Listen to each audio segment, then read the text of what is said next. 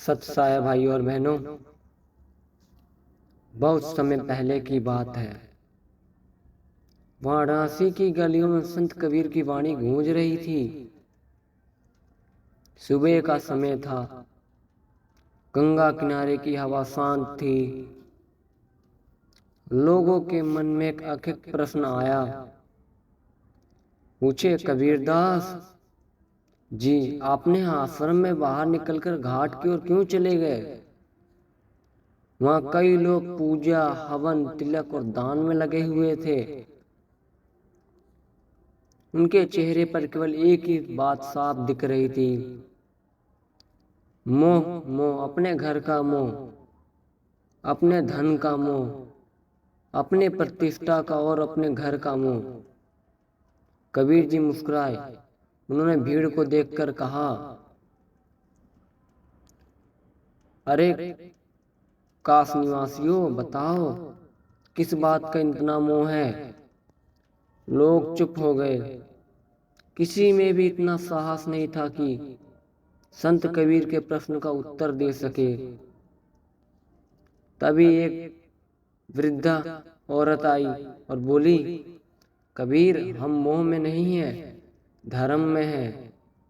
हम तो अपने कुल, जाति और परंपरा का पालन करते हैं।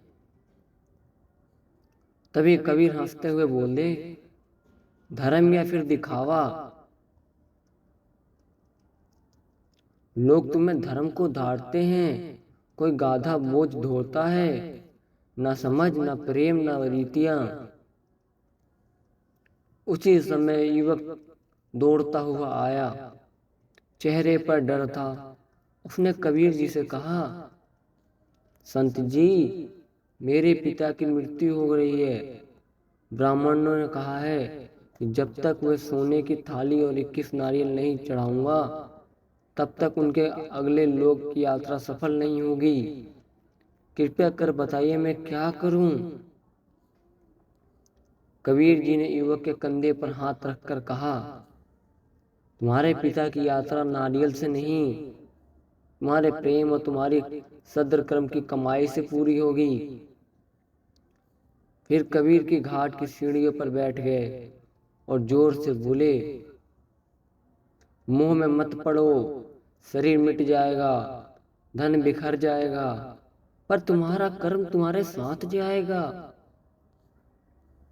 उन्होंने एक उदाहरण देकर समझाया, गंगा का जल पवित्र है, पर पवित्र वही होता है जो अपने मन को साफ करे।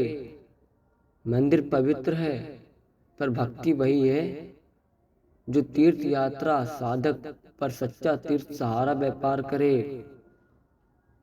लोगों की आंखों में आंसू आ गए। कबीर ने आगे कहा,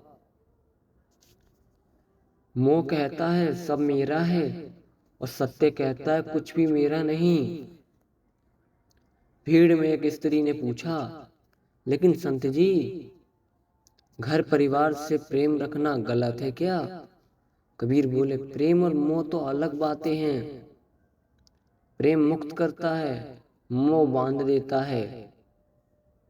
माया मरण ना जाने रे, जाने ना मनुष्य मोर। मोह लगा है देह से, पंछी समझे चोर। अचानक हवा तेज हुई, गंगा में लहरें उठी। कबीर जी खड़े हुए और बोले, क्योंकि तुम सत्य से दूर हो गए हो। मोह के कारण तुमने धर्म व्यापार बना दिया, श्रद्धा को बोझ बना दिया और जीवन को बंधन। फिर उनकी आवाज गूंज उठी, जब मन साफ हो जाएगा, तभी जीवन का असली अर्थ मिलेगा। मोह छोड़ो, प्रेम अपनाओ, सत्य के मार्ग पर चलो। भीड़ धीरे धीरे शांत हो गई। लोगों के हृदयों में पहली बार ये संपत्ति पैदा हो गई। मोह छोड़ने से कुछ खोता नहीं है, बल्कि मन हल्का होता है। कबीर जी घाट से उठकर चले गए, पर उनकी वाणी आज भी वाराणसी की गलियों में गूंज रही थी। तभी कबीर जी अगले दिन फिर उसी घाट पर आए। इस बार भीड़ पहले से 3 गुना थी। लोग जानते थे कि संत कबीर आज फिर कुछ ऐसा कहेंगे जो उनके जीवन का भ्रम तोड़ देंगे। लोगों में एक नई बेचैनी थी, सत्य सुनने की चाह थी, पर अपने मोह को छोड़ने का साहस भी नहीं था। कबीर जी ने भीड़ में को शांत देखा और हल्के स्वर में बोले, कल तुम सबने मूर्ति को धोया, फूल चढ़ाए, पर कितनों ने अपने भीतर की धूल साफ की? भीड़ चुप रही, किसी ने भी उत्तर नहीं दिया। उसी भीड़ में एक धनी व्यापारी था, नाम था हरिदास। वाराणसी में उसकी बड़ी प्रतिष्ठा थी। बड़े बड़े लोगों को दान देता था, यज्ञ करवाता था और ब्राह्मणों को भोजन करवाता था। आज वे सबसे आगे खड़ा था। उसके चेहरे पर गर्व भी था और अहंकार भी। हरिदास आगे बढ़ा और बोला, कबीर, तुम लोगों को मोह छोड़ने को कहते हो, पर बिना मोह के मनुष्य कर्म कैसे करेगा? कबीर जी मुस्कुराकर कहते, वे दया से देते हैं, ये आपने नहीं कहा। हरिदास चौंक गया। उसने कहा, लोग मुझे सम्मान देते हैं, यही तो जीवन की कमाई है। कबीर बोले, सम्मान की लालसा भी मोह है। तुम्हारा दान पूजा सब मोह में बंधे हैं और मोह वाले कर्म कभी शुद्ध नहीं होते। भीड़ में हलचल शुरू हो गई। लोग हरिदास की ओर देखने लगे। जिसने वे अब तक पुण्यात समझते थे, उसका मोह उजागर हो गया था। यही समय था कि एक गरीब विधवा, जिनका नाम था माया, कबीर जी के पास आई और बोली। उसके हाथ में सिर्फ एक छोटी सी रोटी थी। वह कहती, संत जी, मैं कल आपकी वाणी सुनकर घर गई। मेरे पास पैसा नहीं, पर मन साफ करना चाहिए। वे रोटी स्वीकार कर लीजिए। कबीर जी की आंखों में चमक उठी। उन्होंने रोटी प्रेम से ले ली और बोले, ये रोटी लाख द्वानों की बड़ी है, क्योंकि इसमें मोह नहीं है, भक्ति है। फिर उन्होंने कहा, देखो, एक विधवा ने अपने प्रेम से जो दिया है वो उस दान से अधिक है जिसमें अहंकार हो। भीड़ में सन्नाटा छा गया। हरिदास ये देखकर शर्मिंदा हो गया। उसने कबीर से कहा, संत जी, अगर मोह छोड़ना इतना जरूरी है तो मोह से बचने का रास्ता क्या है? कबीर बोले, दिल को साफ रखो, कार्य करो पर फल इच्छा छोड़ दो। प्रेम करो पर अध्यात्मक मत जाओ। धर्म करो पर दिखावा मत करो। धीरे धीरे लोगों के मन में यह बात उतरने लगी। कुछ ने अपने अहंकार वाले दान छोड़े तो कुछ ने झूठे दिखावे की पूजा रोक दी। कुछ ने गृहस्थ प्रेम तो रखा पर लालच छोड़ दिया। हरिदास तो बिल्कुल बदल ही गया। अब वे दान करता, पर बिना किसी को बताए। उसके मन से पहली बार शांति की धारा बही। सूरज ढल रहा था। गंगा की लहरें सुनहरी हो रही थी। कबीर जी खड़े हुए और बोले, काशी के लोगों, मोह तुमसे छूट जाए तो सत्य तुम्हें मिल जाएगा। जो मोह छोड़ देगा वही जीवन ही पाएगा। लोग उनके रास्ते तक झुक गए। दूसरे दिन वही वाणी फिर उनके हृदय में घर आ गई। कबीर की वाणी पहले 2 दिन पूरे वाराणसी में चर्चा विषय बन गई थी। लोग कह रहे थे, ये साधु केवल बोलता नहीं, अंदर तक उतार देता है।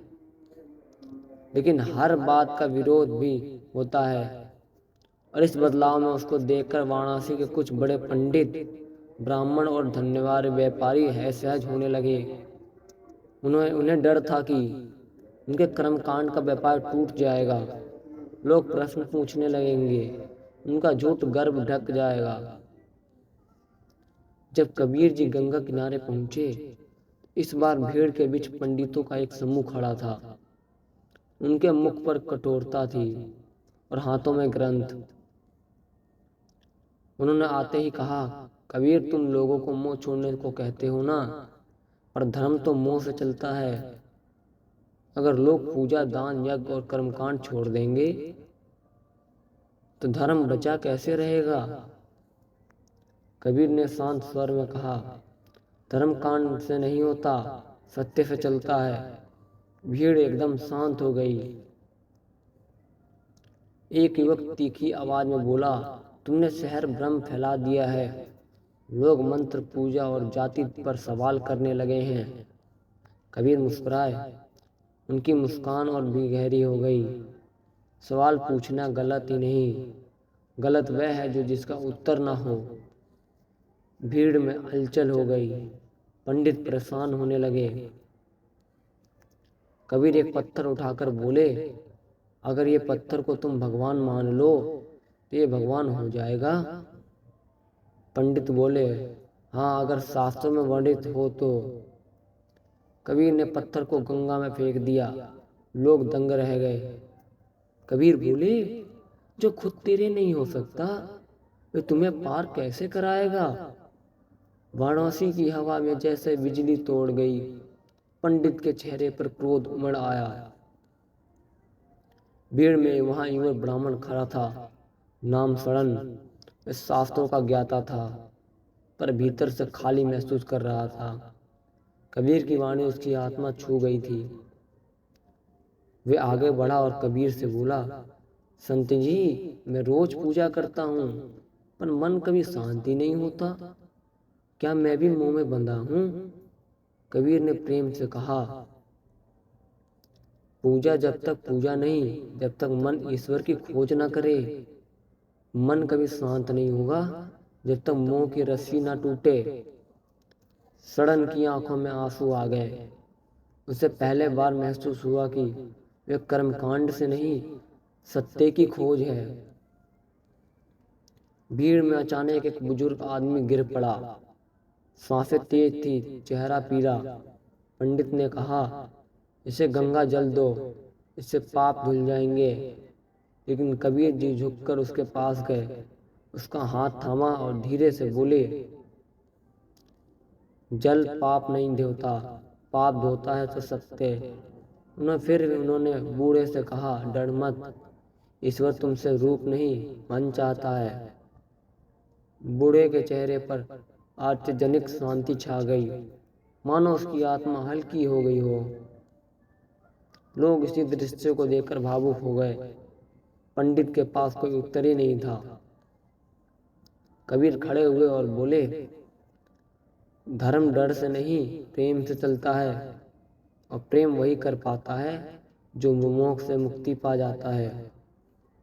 उन्होंने अपनी अंतिम बात कहते हुए घाट की ओर इशारा किया। ये गंगा कितनी पवित्र है, पर वह कभी नहीं कहती मैं तुम्हारी हूँ। वह बहती है, देती है, पर बंधती नहीं। यही मोह मुक्ति का मार्ग है। लोगों के दिलों में जैसे नई रोशनी जल उठी हो। पंडित पीछे हट गए, कबीर की ओर बढ़ गए और सत्य की ओर। लोग बदलने लगे थे। मोह की जंजीरें ढीली पड़ने लगी थी, पर बदलाव हमेशा विरोध को लेकर आता है, और यही विरोध चौथे दिन अपने चरम पर था। वाराणसी के बड़े पंडित, पुरोहित, कथावाचक और व्यापारी एक गुप्त सभा इकट्ठा हुई। उसका चेहरा क्रोध से भरा था। पंडित बोलता, अगर ये कबीर कुछ दिनों में बोलता रहेगा तो लोग पूजा, दान और यज्ञ सब छोड़ देंगे। दूसरा बोला, इस आदमी ने हमारी प्रतिष्ठा मिटा दी है। लोग हमें प्रश्न पूछने लगे हैं। सभा में भी निर्णय लिया, कबीर को झूठा सिद्ध कर दो, उनके लोगों को सामने अपमानित किया जाएगा। कबीर पर आरोप लगाया जाएगा कि वे धर्म फैला रहे हैं, और इसके लिए चुना जाएगा। पूरे शहर में डुगडुगी बज गई। कल प्राप्त गंगा घाट पर कबीर और पंडित के बीच में महाशास्त्र होगा। लोग उत्सुक थे। कई दिन लग गए। कबीर पंडित प्रश्नों का उत्तर दे भी पाएंगे या नहीं, पर कबीर जी शांत थे। उनके मन में कोई भय नहीं था। उनकी आंखों में वही प्रेम और करुणा थी जो पहले 2 दिनों से चल रही थी। पंडित बोला, गुरुदेव, ये तो भगवान हो जाएगा। कबीर ने पत्थर को गंगा में फेंक दिया और बोले, ये फेंकना मैं जरूरी नहीं मानता, इस पे भक्ति और गंगा की सत्य के रूप से मानता हूँ। लोगों के दिलों में जैसे नई रोशनी जल उठी हो। पंडित पीछे हट गए।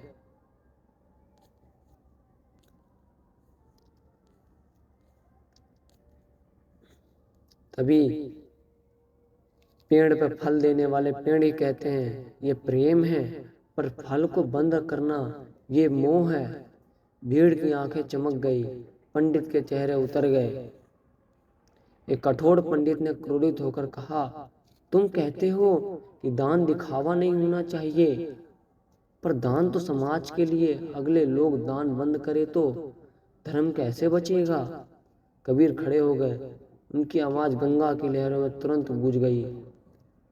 धर्म दान से नहीं, सत्य से चलता है। दान का मूल्य वस्तु में नहीं, भाव में है। अगर दान से नाम कमाना है तो यह सौदा है, धर्म नहीं। भीड़ ताली बजाने लगी। यह पहली बार था कि जब पंडित तर्क में कमजोर पड़ने लगे। अचानक एक बूढ़ी स्त्री भीड़ से निकलकर आई और कबीर जी के चरण पकड़ लिए।